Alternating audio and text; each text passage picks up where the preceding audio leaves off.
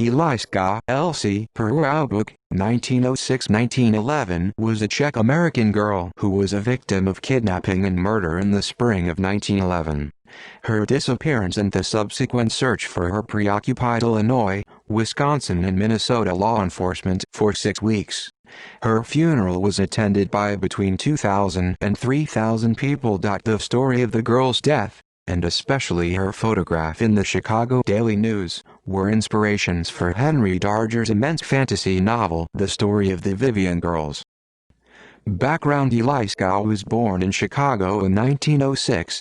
Her mother, Karolina Wojciechova, was born on the 26th of November 1869 in Mykov House 8, formerly part of the Kaslov district of Bohemia, Austria-Hungary, now part of the Paroubek district of the Czech Republic, the daughter of peasants Josef Wojciech and Františka Korakova. Elsie's father, František Frank Paroubek, was a laborer, born on the 15th of December 1867 in Podhorny Uranova House 3 to Jen Paroubek and Katerina Bartakova from the Havlíkův Brod area. Frank supposedly first came to the U.S. in 1882 at the age of 14 or 15. He returned to the Podhorny area and married Karolina in her village in 1892, bringing her to America around 1895. Several close relatives also moved to Chicago. In the United States, Frank worked as a painter while Karolina maintained the home. Eliska Elsie was their 7th child. In newspaper accounts, particularly in the Chicago Daily News, Paroubek is frequently spelled Paroubek. Frank is sometimes referred to as Peter or John, and Karolina is sometimes called Mary. Elsie is also called Mary or Emily in the Rockford, Illinois newspapers.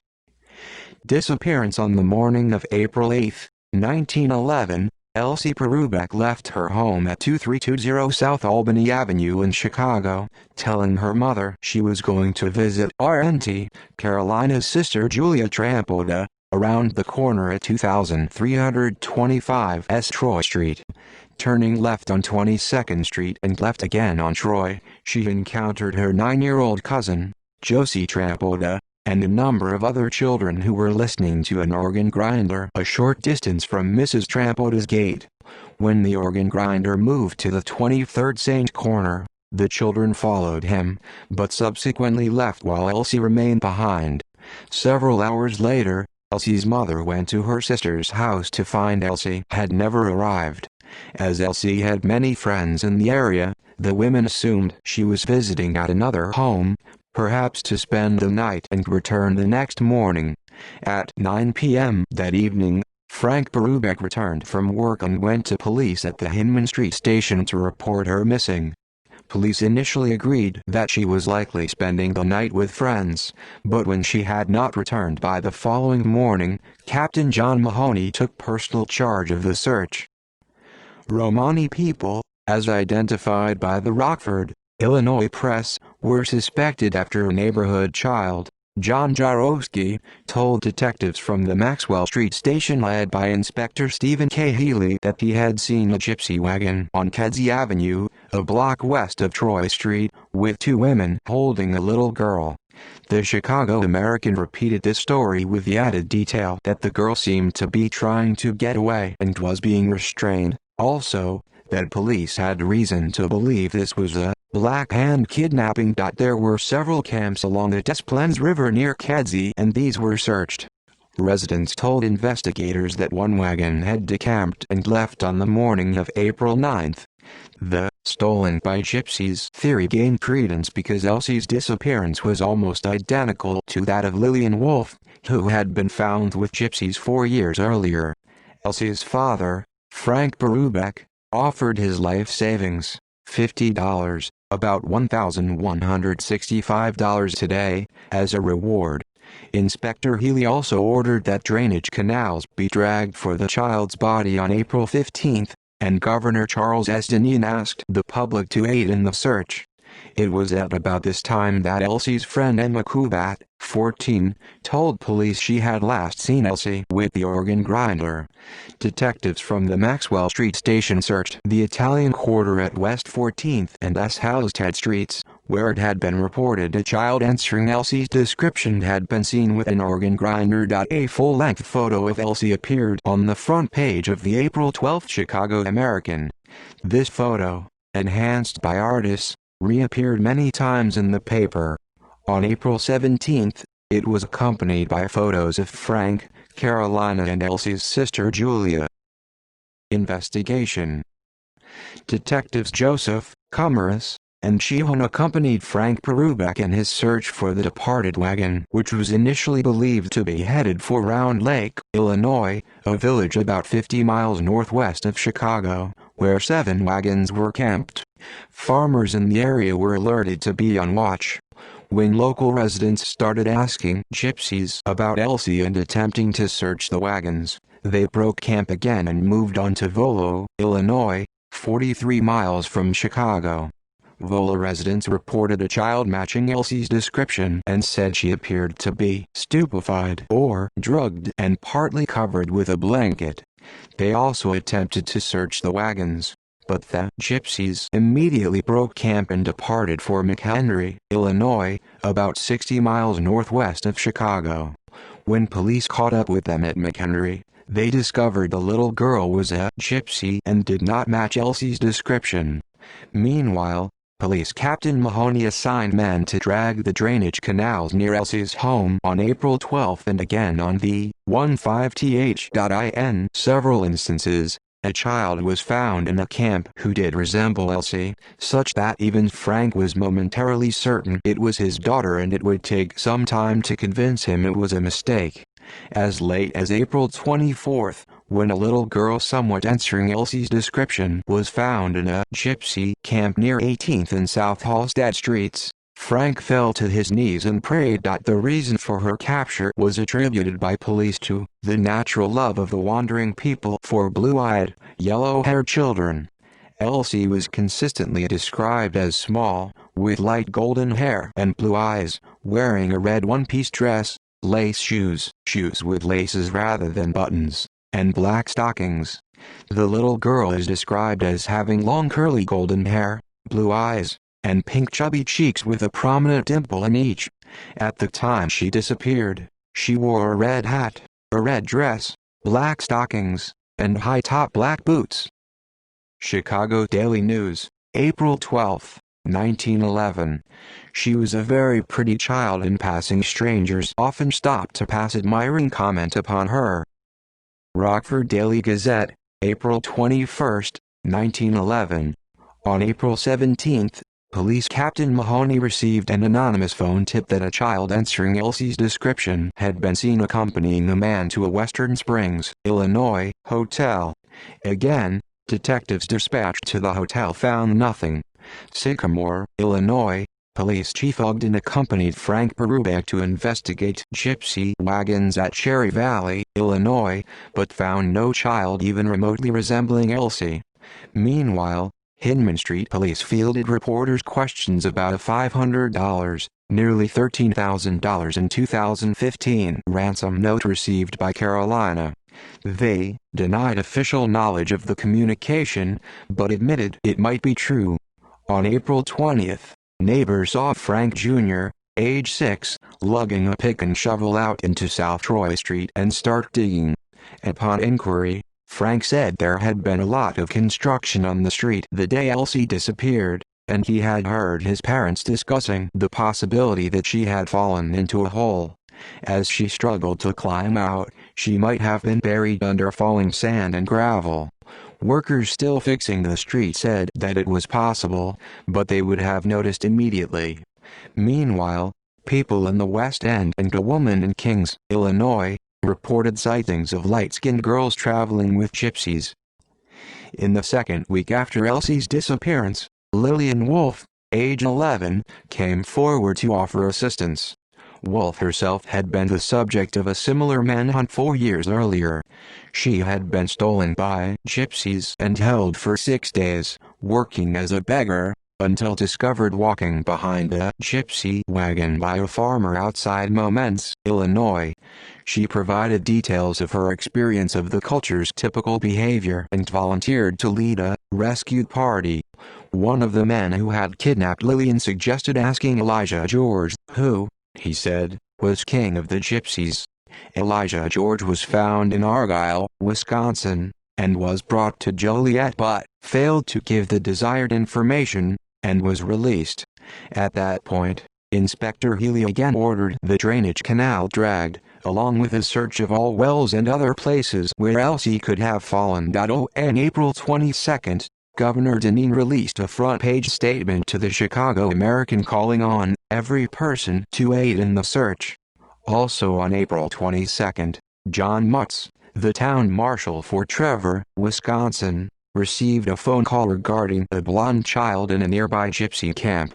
Mutz, along with saloon keeper Carl Zdenek of Lyons, Illinois, met with the girl and Zdenek said he was able to speak with her and check and verify that she was Elsie.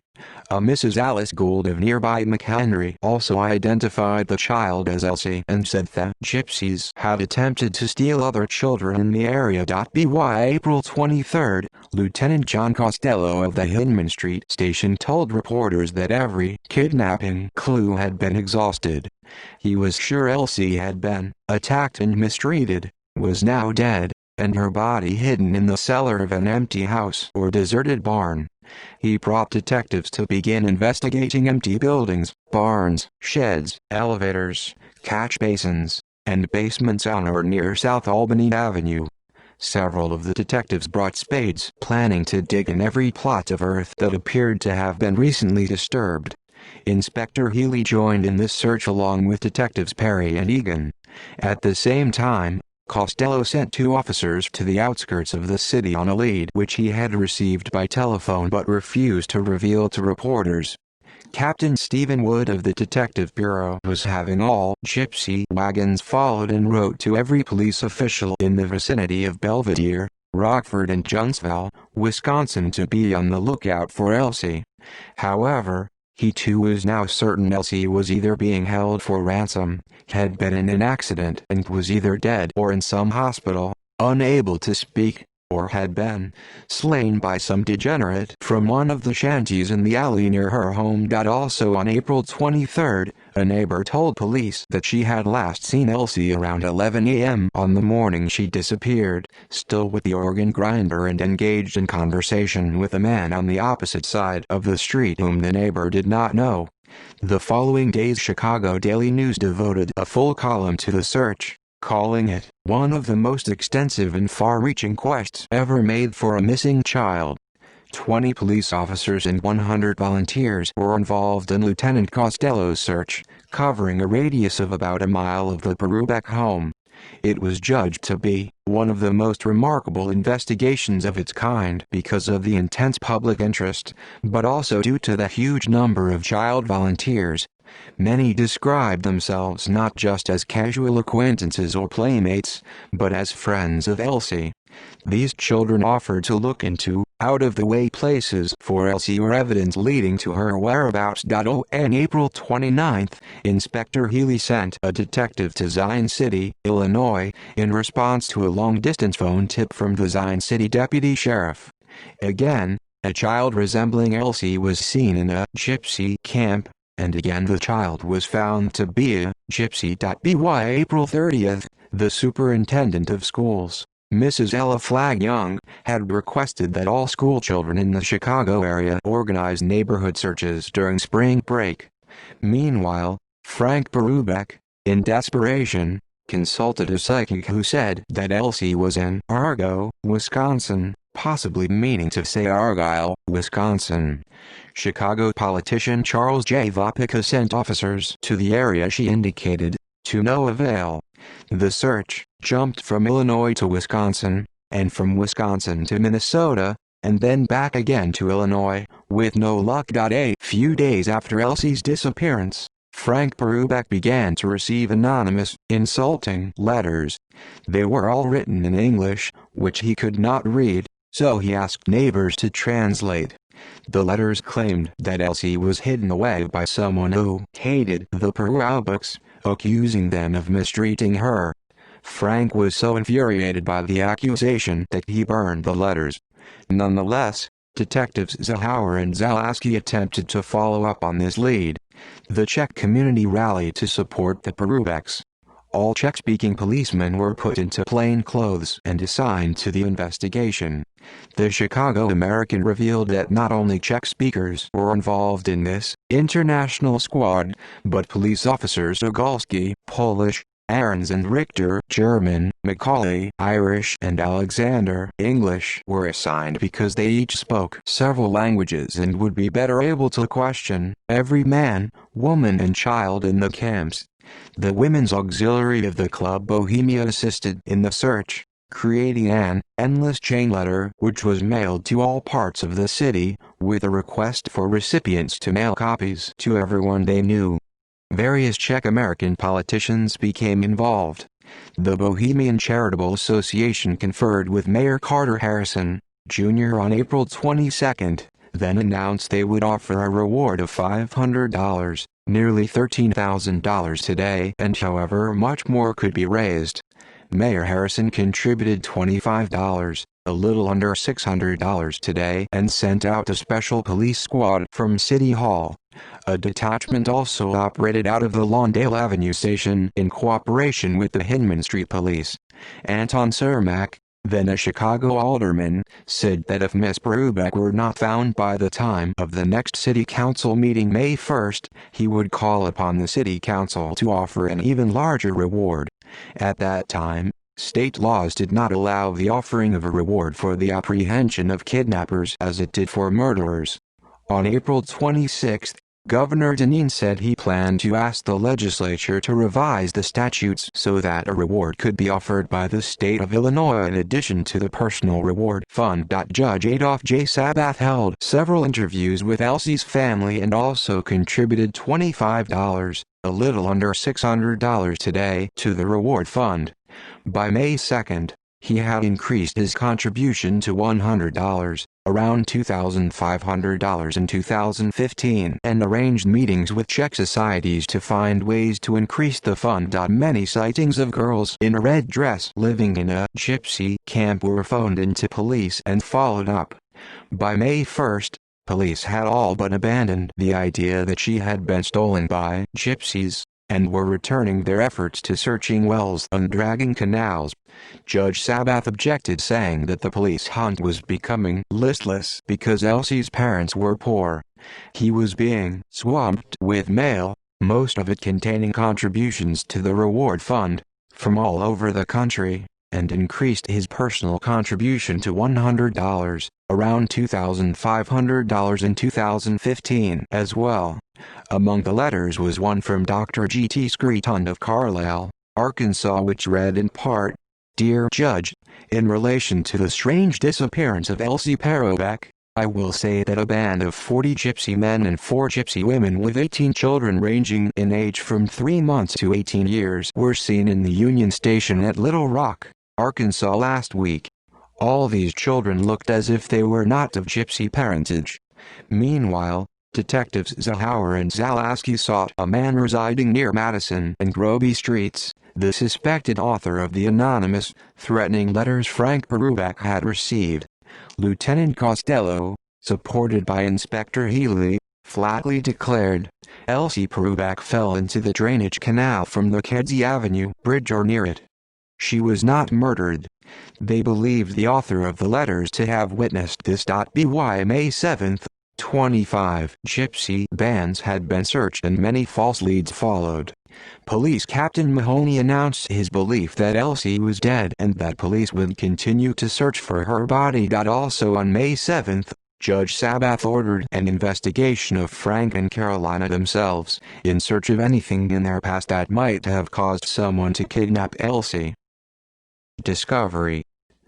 2 days later, on May 9, 1911, electrical engineer George T. Scully and other employees of the Lockport Power Plant near Joliet, 35 miles outside of Chicago, saw a body floating in the Chicago Sanitary and Ship Canal.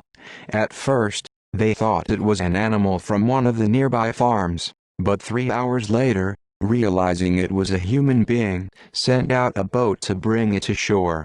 Undertaker William Goodale, examining the body, said that it appeared to fit Miss Paroubek's description. The description tallied to the shade of the hair, the texture of the stockings, and the stuff and tint of the dress of little Elsie. He thought the body had been in the water for several weeks, although only slightly decomposed. Another report indicated that her body was badly decomposed, but there were no marks of violence on her body. Goodale notified Chicago authorities, who sent Police Lieutenant Costello to the Paroubek home. Carolina Paroubek cried, "Midra had died, my dear child," and begged to be told Elsie was alive. Frank was taken to the Goodale funeral home at midnight. He said, "The clothes look like Elsie's. But the face, I can't recognize it. Her mother alone can tell." Another newspaper reported that Frank immediately said, "That's Elsie," and began to cry. Carolina arrived at the funeral home by trolley car the following morning and positively identified Elsie, saying, "It's you, my darling. Thank God we've found you and you're not in the hands of the gypsies." For the next hour, she paced or sat nervously in an adjoining room with Frank holding her hands, weeping, and praying. Goodale, who had kept track of the disappearance in the papers, made this statement to police: "The body appears to have been in the water for about a month, which would tally with the date of Elsie Paroubek's disappearance. The child, when she left home, was without hat, and her clothing tallies in every respect with that found on the dead body. There was no ring or other ornament, and in that respect, the descriptions correspond, excepting only as to the color of the eyes, which cannot be clearly observed as to color. The descriptions are identical." Arrangements were quickly made for an inquest. The jury consisted of F.W. Worst, Christian Ruggiero, John A. Walter, William Woodale, Edwin Murray, and Patrick O'Brien. Coroner William Wunderlich of Will County officiated. As the post-mortem examination began, Frank Paroubek was the first witness. Disregarding questions put to him by the coroner, Frank plunged into charges. His daughter had been murdered. Through a translator, he asserted, "I am sure the gypsies stole my girl, and then when they knew we were after them, they killed her and threw her body into the canal." At this, Carolina ran from the funeral parlor screaming, "My Elsie is dead. She was murdered, murdered. Her husband is dead." Zelaski tried to calm her, but in her extreme distress she began running up and down the street, drawing a crowd of curious onlookers. She insisted she had known for 3 weeks that the gypsies had killed Elsie. Frank consoled her and assisted her boarding the trolley car for home. Meanwhile, the coroner said, "This case has attracted such attention that a minute examination will be made. We will be content with no perfunctory inquest such as this. The jury will refuse to state its convictions, for it has none, until after the autopsy has been held. We want the stomach of the little girl examined, and the lungs as well." The father charges murder. It is certainly possible that he is right. 2 physicians, E. A. Kingston and W. R. Paddock, confirmed that there was no water in her lungs, so she had not drowned. Kingston said she had been attacked, often a euphemism for rape, and murdered before her body was thrown into the water. Paddock said there was every evidence she had been wounded before being killed. Lieutenant Costello later told the press that she had been mistreated, seeming to indicate this meant her death was not the work of gypsies, and Inspector Healy added, "There seems to be no doubt that she was abused in the most fiendish way, and that fact established, the case is much simplified for the police." They also found deep cuts on the left side of her face, although these men reported blue marks on the throat as though the victim had been choked. Another examination by DRS. E.R. LeCount and Warren H. Hunter of the coroner's office revealed that Elsie had been suffocated, not strangled, and there were no distinct marks of violence on the body. Despite this, newspaper headlines reporting the coroner's findings continued to report Elsie as strangled. The official cause of death was marked unknown. Coroner Peter Hoffman concurred with Mr. Paroubek as to the probable circumstances of Elsie's death. It is our belief that the abductor of the child suffocated her to death, possibly by putting a hand over her mouth. The coroner's report recommended that officials continue to investigate. Inspector Healy immediately detailed detectives to find out exactly what had happened. He told the Chicago Inter-Ocean, "I have 40 detectives at work today on the theory that the criminals lived in the neighborhood of the Paroubek home. We are investigating every incident of the lives of the Paroubeks since they came to Chicago in order to trace a possible enemy.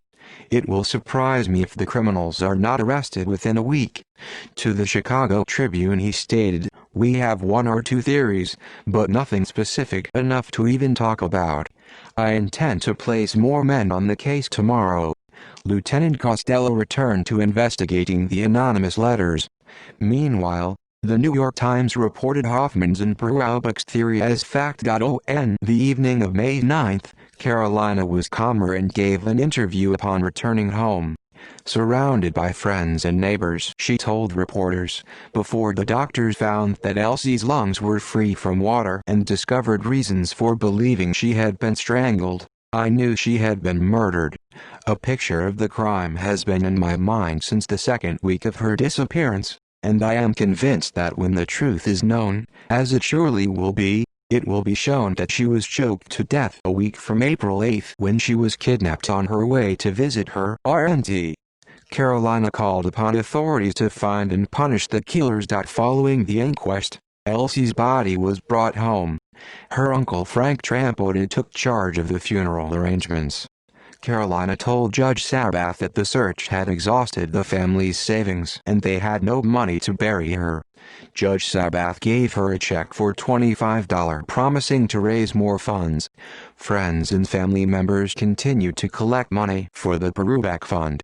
Mrs. Sophie Johans raised over $50 by giving a benefit party and soliciting donations from Bohemians on the West Coast. Funeral. Elsie Paroubek's funeral was held at 10 a.m. on May 12, 1911 on the lawn of the Paroubek's home and attended by between 2,000 or 3,000 people. The Chicago Inter-Ocean newspaper, however, gave the number of attendees as 5,000. Hours before the ceremony, Albany Avenue and the Paroubek backyard, along with the balconies and porches of nearby houses, were filled with mourners. There was no hall in the neighborhood large enough to hold them all. Frank had been offered the use of a hall, but he indicated the huge gathering and said, "They have come to say goodbye to my Elsie. Don't let them be disappointed." Reserves from the Hinman Street station were called in to keep order and prevent the crowd from breaking down the fence. Elsie's white coffin rested on two brass stands, surrounded by lilies of the valley, roses and carnations sent by Mayor Harrison, Judge Sabath and other city officials. 8 little girls dressed all in white, including Josie Trampoda and her sister Mary, brought out huge sprays of lilies and roses and encircled the bier. Someone brought 2 chairs out of the Paroubek home, set them near the casket, and laid a board across them to hold the hundreds of floral offerings. Carolina was seated at the head of the coffin, while Frank and the other children stood nearby. As the Paroubeks were not Catholics but freethinkers, there were no prayers, and the service was read by Rudolph Jeremiah Senka, editor of the Bohemian Chicago Daily Sfornost. He spoke of the need to cooperate with police to find Elsie's killers. As the undertaker went to lift the coffin into the hearse, Carolina begged him to open it so she could see Elsie's face once more, but her relatives persuaded her not to insist on this and led her away. Most of the attendees followed Elsie's casket to Bohemian National Cemetery, where Senko gave another address. Frank Paroubek was quoted as saying, "My little girl is at rest and nothing matters to her now, but I shall never rest until I see her murderers paying the penalty for taking her life." Police Chief John McWeeny vowed to devote the entire Chicago police force to finding the killer. Alderman Cermak asked Governor Dineen to increase the reward by $200, as is possible under the statutes. Cermak said, "I will also ask the governor to issue a proclamation calling upon all the people of the state to interest themselves in this case in order that her murderer be apprehended." Coroner Peter Hoffman started a public reward fund, contributing $25. Considering where Elsie was found, detectives suspected the actual killer might be Joseph Conach. According to the Rockford Republic, Conach was definitely identified as the killer by detectives under the command of Police Captain Wood.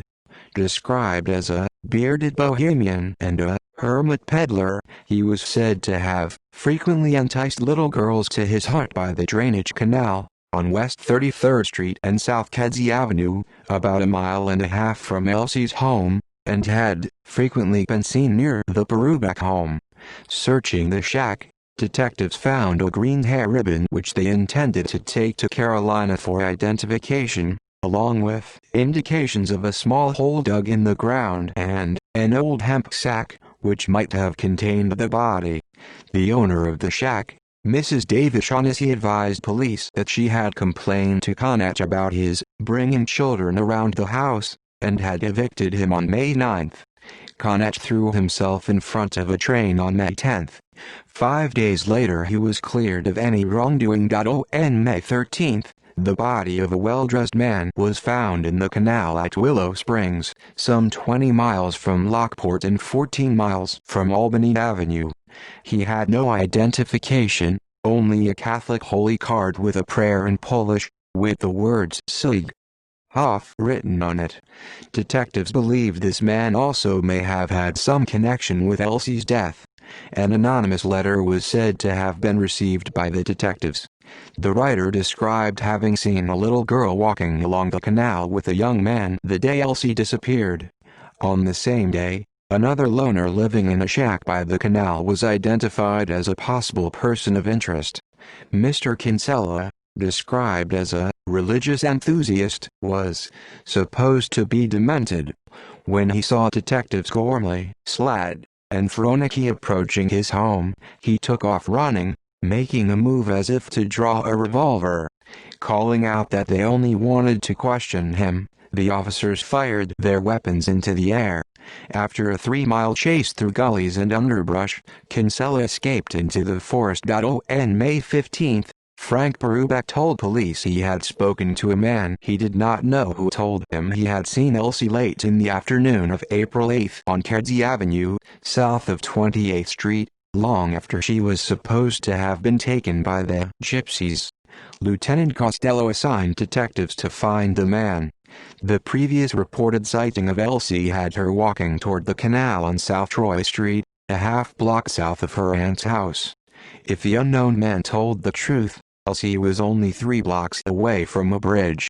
Despite the coroner's findings, Lieutenant Costello had become convinced that Elsie's death was an accident and that she had simply fallen into the canal, although Inspector Healy had had the canals and drainage ditches dragged repeatedly during the search. Coroner Hoffman continued to insist Elsie was murdered. Apparently some confusion had occurred during the initial examinations. The first physician, probably Dr. Kingston, to examine Elsie on the night of May 9 told Lieutenant Costello that she had drowned, with no marks of abuse, and Costello had repeated this when he spoke to the family. However, the following day, the same physician's autopsy findings concluded Elsie had not drowned and that she appeared to have been suffocated. Detectives surrounded a house near Madison and Roby Streets, and threw a dragnet over the southwestern side of town for a former boarder in the Paroubek home. They continued to search for the anonymous writer of the nasty letters received by Frank Paroubek. Apparently neither the boarder, the writer, or the unknown man who had spoken to Frank were ever found. No one knows what really happened to Elsie Paroubek. 2 years later, on the anniversary of Elsie's funeral, Frank Paroubek died. He was 45 years old. Carolina lived until December 9, 1927. Both are buried with Elsie in Bohemian National Cemetery. Legacy. Although Elsie's mysterious disappearance and death were once the subject of intense police investigation and journalistic focus, her story faded into obscurity until the death of Henry Darger in 1973. Michael Bonesteel, an art historian examining Darger's work, found repeated reference in Darger's story of the Vivian Girls novel to Annie Arenberg, leader of a child slave rebellion, and to an inspirational picture of her that had been lost. Miss Arenberg had met a shocking yet heroic death at the hands of her captors. The murder is described in detail, and is nothing like Elsie's death. According to his diary, Darja really had lost a picture of a little girl and was desperate to get it back or replace it. He did not give the name but said it had appeared in the Chicago Daily News May, June, or July, 1911. Bonesteel's search in the newspaper archives revealed Elsie Paroubek and her story. A portrait of Annie Arenberg by Darja shows a somewhat older blonde-haired girl. Her hair ribbon and the distinctive collar of her dress are similar to Elsie's in the photograph. In the novel, Darja describes children who are kidnapped and mistreated by adults, while the heroic little Vivians, Annie Arenberg and others form rescue squads to save them. See also List of solved missing persons cases, List of unsolved murders. References. External links: Elsie at websleuths.com, Elsie Paroubek at Find a Grave.